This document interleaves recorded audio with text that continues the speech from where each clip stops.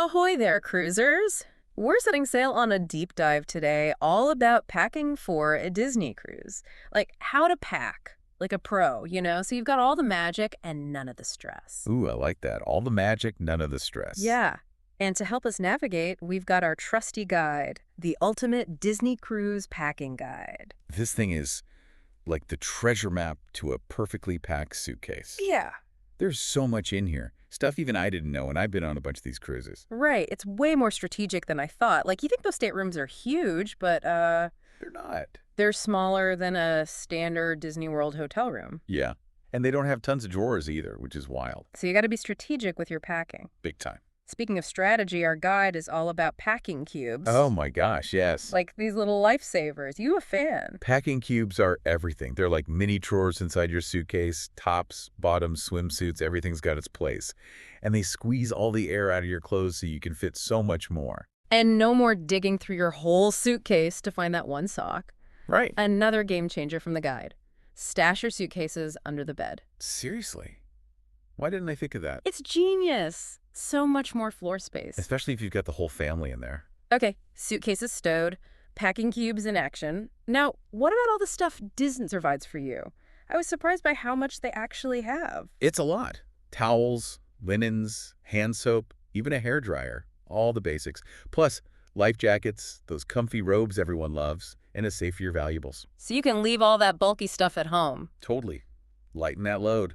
But I did notice something about the hairdryers. Oh. There's a 450-watt limit if you bring your own. Did you know that? Yep. It's a safety thing with the ship's electrical system, but honestly, the hairdryers they provide are pretty good. Unless you've got some, like, super specific hair needs, you could probably just leave yours at home. I love learning all these little insider tips. That's what makes this deep dive so great. And did you know they even have baby supplies on board? Like full-on baby stuff? Oh, yeah. They've really thought of everything for families with little ones. Cribs, diaper pails, bottle warmers, even sterilizers. You basically don't need to pack, like, anything extra for the baby. Amazing. Okay, now for the slightly less fun part. The dreaded list of prohibited items. Yeah. Some are obvious, like weapons, obviously, and anything illegal, don't even think about it. But then there were a few things that surprised me. Oh, yeah, like you can't bring surge protectors. What? Or irons. No irons. What if my clothes get wrinkly? Most people just go with the flow. Yeah. It's the whole, like, relaxed cruise vibe, and the salty air kind of takes care of the wrinkles anyway. Okay, true. What other restricted items are there? So besides irons and surge protectors, you've got things like sporting equipment, drones, coolers, unless you need a cooler for medical stuff or baby food. Gotcha. Makes sense. Keep things safe and all that. Now, the guide was very clear about travel documents. Never pack those in your checked luggage, right? Absolutely not. Keep those in your carry-on where you can get to them easily.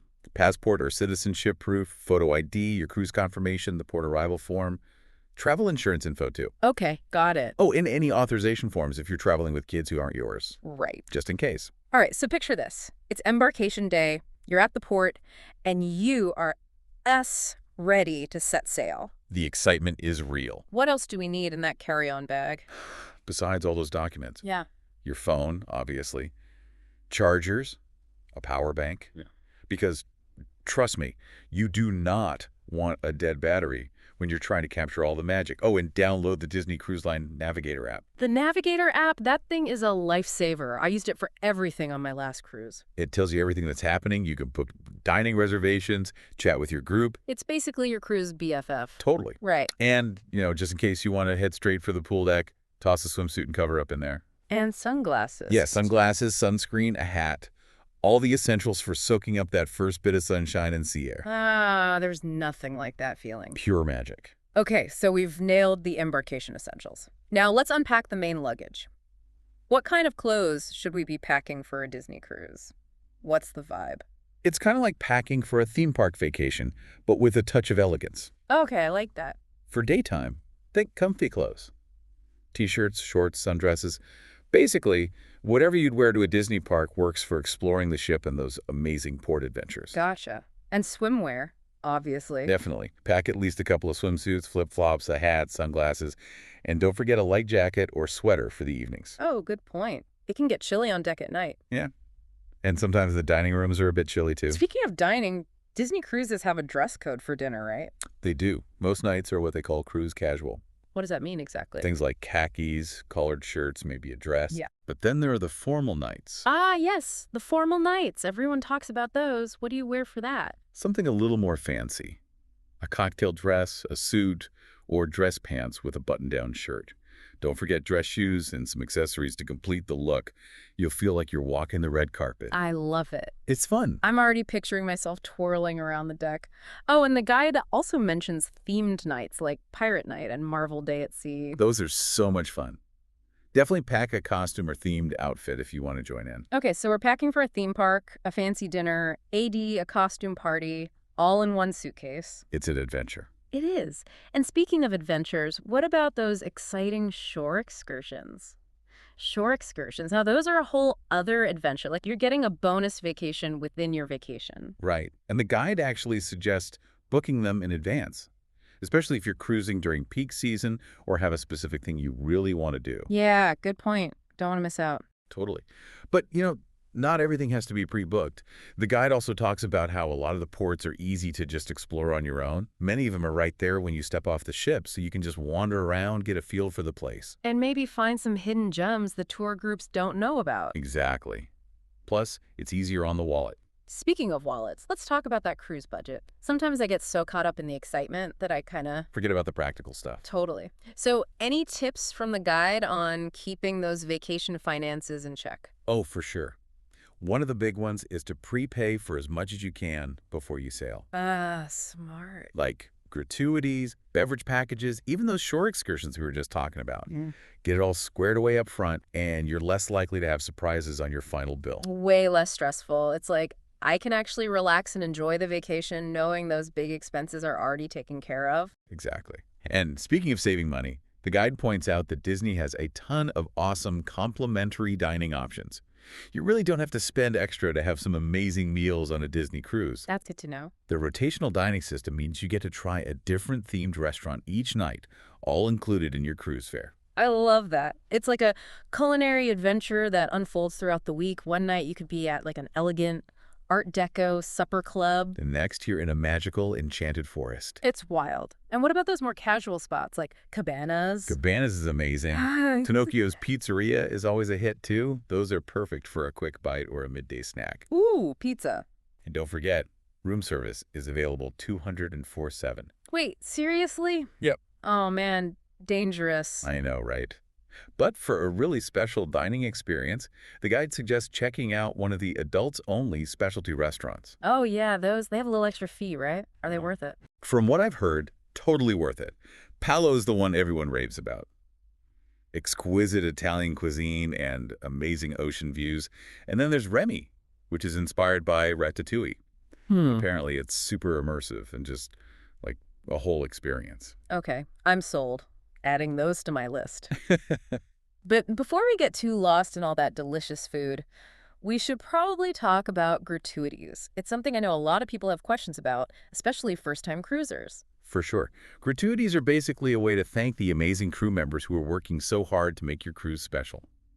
The guide lays out some recommended tipping guidelines. Are they pretty standard, or does it vary? It can vary a little depending on your stateroom category and the length of the cruise. But the good news is those gratuities are automatically added to your onboard account, so you don't have to worry about keeping track of everything. That's convenient. It is. And the guide also mentions you can prepay those gratuities before the cruise, too. Oh, right. So that's an option. And of course, if you have a particular crew member who you feel went above and beyond, you can always give an additional tip. Makes sense. Okay, so we've got dining plans sorted, gratuities handled. Feels like we're almost ready to set sail. But before we do, we should probably talk about disembarkation day. As much as I hate to think about the end of the cruise, I know, right? it's good to be prepared. Totally. Yeah. The guide actually has some good advice for making disembarkation as smooth as possible. First things first, pack your bags the night before. And leave those suitcases outside your door for collection. That way, you can enjoy your last morning on the ship without lugging everything around. Genius. I always feel so rushed on that last morning. Anything else we should keep in mind? Make sure you go to that disembarkation meeting. They'll give you all the instructions and info you need about the process, and of course, you'll need to settle your onboard account before you leave the ship. Right. And have your travel documents and transportation stuff all ready to go. Yep, no last-minute scrambling. It's crazy how fast a week at sea can fly by. I know, right? But before we get too sentimental about saying goodbye, let's switch gears for a sec and talk about one of the best parts of a Disney cruise. All those incredible onboard activities. Yes, Disney Cruise Line is known for its amazing entertainment. What kind of magic can we expect to find on board? Get ready for Broadway-style shows, character meet and greets, lively deck parties. Oh, and fireworks at sea. I can't wait for those. It's a sight to see. It is. And the guide really stresses the importance of checking the daily schedule, which is called the personal navigator. That's how you stay up to date on everything that's happening. Yeah, you don't want to miss a single thing. Right. And for those times when you need a break from all the excitement, don't forget about the Senses Spa and Salon. Ah, yes. A little pampering. What kind of stuff do they have? They've got massages, facials, full salon services. It's the perfect place to just unwind and rejuvenate. I'm already picturing myself like on a massage table with ocean waves in the background. Oh, yeah. Sign me up for that. But what about for families with little kids? Relaxation might not be at the top of their list. What does the guide suggest for keeping the little ones entertained? Okay, so Disney Cruise Line has this thing called the Oceaneer Club and Lab. And let me tell you, these places are incredible. They're designed for different age groups, and they've got hours and hours of supervised fun and activities to keep those kids happy and engaged. Sounds amazing. We're talking themed play areas, interactive games, character experiences, even cooking classes. Wow. It's like a kid's dream come true. It is. And while the kids are off having a blast, parents can finally get some well-deserved downtime. Speaking of which, the guide also talks about those adults-only areas on board. Ooh, tell me more about those. Picture this. A serene oasis where you can just relax, unwind, and enjoy those ocean views without any kids running around. That's what you'll find at the Quiet Cove Pool Deck and the Cove Cafe. Sounds like a little slice of heaven. Right. It's all about balance, Yeah. right? Family fun and adult relaxation. Absolutely. Okay, so we've covered entertainment, relaxation. What about some of the more practical things, like internet access? What's the deal with that on a Disney cruise? The guide says Wi-Fi is available for a fee. So I can still post those jealous-inducing vacation pics? Oh, for sure. But, they encourage guests to use this opportunity to disconnect a little bit and just really soak in the whole cruise experience. I can get behind that. It's a chance to escape, right? Totally. Leave the everyday world behind and make those memories without constantly checking your phone. I love that. But of course, if you do need to stay connected for work or whatever, you can always get one of their internet packages. Makes sense. And speaking of things that can affect your cruise experience, what about motion sickness? It's something I always worry about a little bit. Yeah, it's definitely something to consider. The guide recommends picking a stateroom in the middle of the ship if you can. That's where the motion is typically less noticeable. And it never hurts to bring along some motion sickness meds, just in case. Good advice. Those acupressure wristbands are pretty great, too. I've heard those can really help. What about, health and safety on board? Yeah, the guide emphasizes the importance of basic hygiene. Just, common sense stuff, washing your hands a lot, using hand sanitizer, especially after being in public areas. Good reminders. Yeah, it's always good to be mindful, especially in a cruise environment. And if you do happen to get sick, they have a medical center right there on board with qualified staff ready to help. That's good to know. Okay, so we've talked about packing, disembarkation, dining, motion sickness. It's like we've covered everything. Almost everything. We haven't talked about one of the most important things about any Disney vacation. Oh. Capturing all those magical memories. Both. Yes. Luckily, the guide has a whole section on photography on a Disney cruise. I'm always snapping pics. Good, because they have Disney photographers all over the ship, ready to capture those perfect moments for you. So I can get those cute Mickey Mouse photos without having to ask a stranger. Exactly. And they're great at getting those candid family shots, too. You're welcome to take your own pictures, of course. But the pros probably know all the best spots and angles. Oh, they do. And they have this cool thing called Capture Your Moment, which is a private photo session with a Disney photographer. You can choose your backdrop and everything. It's like having your own fairy tale photo shoot. Okay, that is awesome. I love that idea. Speaking of fairy tales and all things Disney, we can't forget about the merchandise. Of course not. No Disney vacation is complete without a little souvenir shopping spree. I already know I'm going to be browsing those Mickey ears and trying to resist buying all the things. Any must-visit shops. The guide highlights Mickey's main sale, which is like the main hub for all things Disney merchandise. Okay, got it. And then they have all these little themed shops and boutiques around the ship. You can find anything from clothes and accessories to toys, collectibles, cruise-specific stuff. So basically, if you can dream it, you can buy it on a Disney cruise. Pretty much. I love it. But for those who are looking for something a little more unique, the guide also talks about the art gallery. Yes. The art gallery is awesome. It's filled with original Disney artwork, limited edition prints, pieces from famous artists. So you can take home a piece of the magic. It's amazing to think about all the different things you can do on a Disney cruise. It really is a world of its own. It is. It's almost overwhelming. Totally. With so much to see and do and experience, how do we make sure we get the most out of our time without feeling like we're rushing from one thing to the next? Like, is it better to have a super detailed plan, or should we just go with the flow? That's the age-old question, isn't it? It really is. The eternal struggle. Plan everything out or just see where the wind takes you. Right. But I think with a Disney cruise, it's all about finding that sweet spot, you know? Yeah. Like, have a general idea of what you want to do, those must-do activities, shows, but also leave room for spontaneity. Organized spontaneity. I like that. That's what I'm talking about. You never know what kind of Disney magic you might stumble upon when you're just wandering around. So true. Speaking of magic, gotta say, I'm pretty excited about all the amazing food on a Disney cruise. Oh, yeah. The food is definitely a highlight. It is. And the guide really goes all out, describing all those different dining experiences, from casual to super fancy. And we can't forget about that rotational dining system. It's so cool, like a culinary world tour every night. One night you're in Tiana's place, all New Orleans vibes. Love Tiana's place. And the next you're at Animator's Palette. Where your drawings come to life. No, it's crazy. Pure magic. It really is. And then there are those more laid-back spots like Cabanas. Cabanas is the best. The ocean views are incredible. They are. And Pinocchio's Pizzeria. Pizza. Can't go wrong with pizza. Never. Oh, and room service. 204/7, remember? Oh, right. Don't tempt me. I know, it's dangerous knowledge.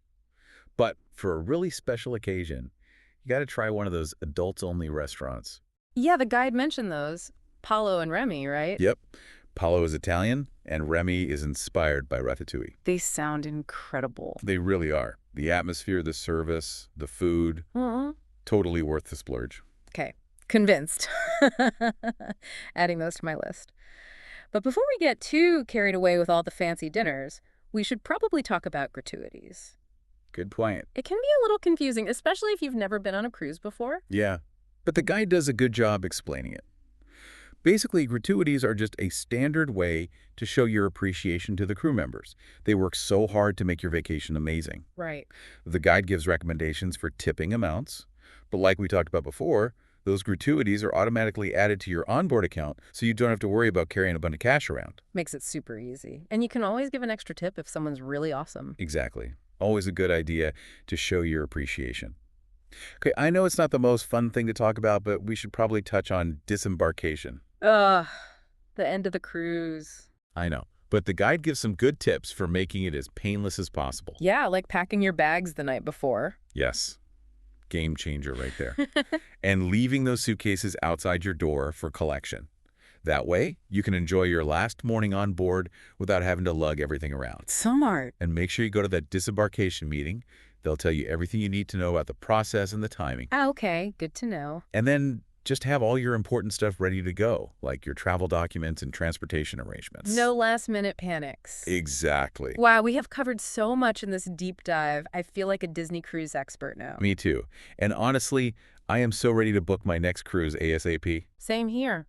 But before we go, I want to ask our listeners, what are you most looking forward to on your next Disney cruise? Those magical character meet and greets, the Broadway-style shows, or maybe just chilling by the pool with a fruity drink and an ocean view? Whatever it is, I hope this deep dive has given you all the info you need to make your next Disney cruise truly unforgettable. Safe travels, and see you on the high seas. Happy sailing.